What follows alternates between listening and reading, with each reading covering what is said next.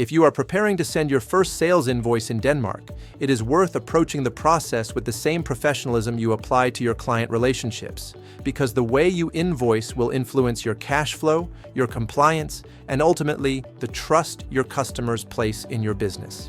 In this video, we will walk through the practical steps to get that first invoice right, from confirming your legal details and VAT treatment to structuring the document and choosing the right digital tools. Let us begin with the foundation. Before you even draft the invoice, make sure your business information is accurately registered.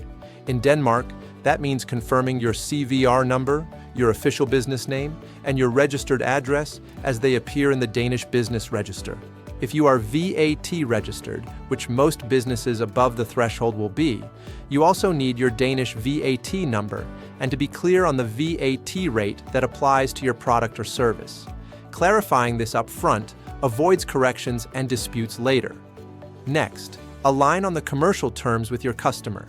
Even for a relatively small engagement, you should have clarity on what is being delivered, when it was delivered or will be delivered, what price was agreed, whether that price is inclusive or exclusive of VAT, and what payment terms apply. In Denmark, payment terms of 8, 14, or 30 days are common, but the key is that your invoice reflects exactly what the customer expects to see based on your proposal, contract, or email confirmation. With that in place, you are ready to structure the invoice itself. A professional Danish sales invoice typically includes several mandatory and best practice elements packaged in a clear, concise layout. At the top, include your business name, logo if you use one, your CVR number, and your contact information, including email and phone number. Immediately below or beside that, include the customer's legal name, their address, and, if applicable, their own CVR or VAT number, especially for B2B transactions. You then need a unique invoice number. This is not just a formality, it is a requirement for proper bookkeeping and for the authorities should they review your accounts. Use a logical, sequential numbering system from day one so you can easily track and reconcile invoices over time. Also include the invoice date and, very clearly, the due date, so there is no ambiguity around when payment is expected. The core of the invoice is the description of what you are billing for. List each product or service line separately, using language that your customer will immediately recognize from your agreement. For example, consulting services, market analysis for Danish market, January 2026, rather than a vague one-word label. For each line, include the quantity, the unit price, and the line total. Once all lines are added, calculate the subtotal before VAT. Then apply the correct Danish VAT rate, typically 25% for most goods and services, unless a specific exemption or reduced rate applies to your case. If you are invoicing a customer in another EU country or outside the EU, the VAT treatment can differ, so ensure you understand whether you should charge Danish VAT or apply reverse charge rules. When in doubt, consult a certified accountant or the Danish tax agency's guidelines. On your invoice, clearly show the VAT amount and the total amount due, including VAT. Do not forget your payment details. Provide your bank information in a format that supports both domestic and international transfers, where relevant. That usually means your bank name, registration number, account number, and preferably your IBAN and BIK SWIFT if you expect cross-border clients.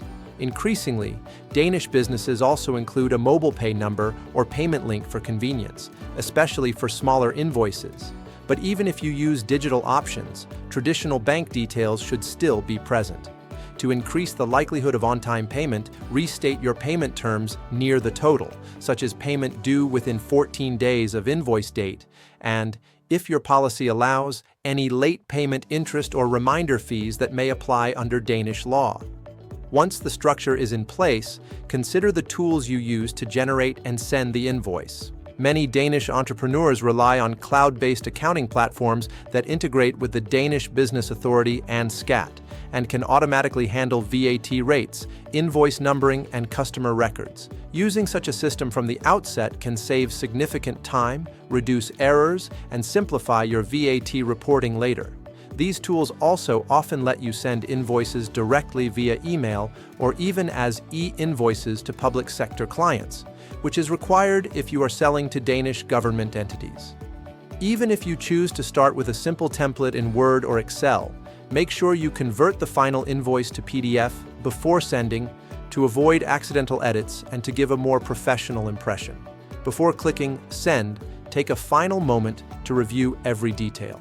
Check the spelling of the customer's name, confirm the invoice number and date, verify that the math is correct, and make sure the VAT has been applied appropriately. Attach or reference any supporting documentation your customer might expect, such as a purchase order number, a timesheet, or a reference to the contract. In Denmark, many corporate clients rely on purchase order matching, so if they have given you a PO number, include it clearly on the invoice. Missing this can delay payment as the invoice may be held up in their internal process.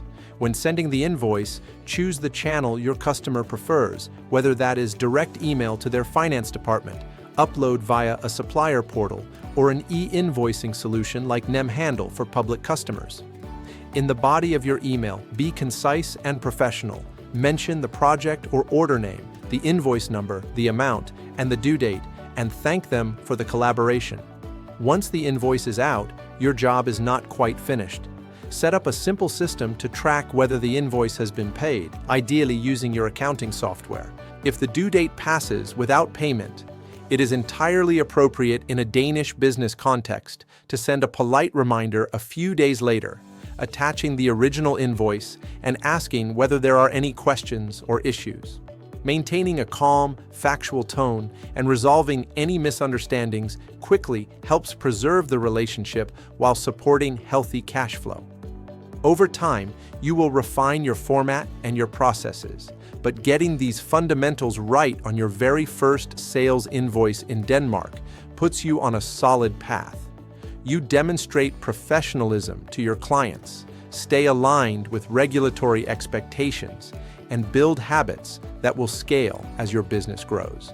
By following these steps, you can send that first invoice with confidence, knowing it is clear, compliant, and designed to get you paid on time.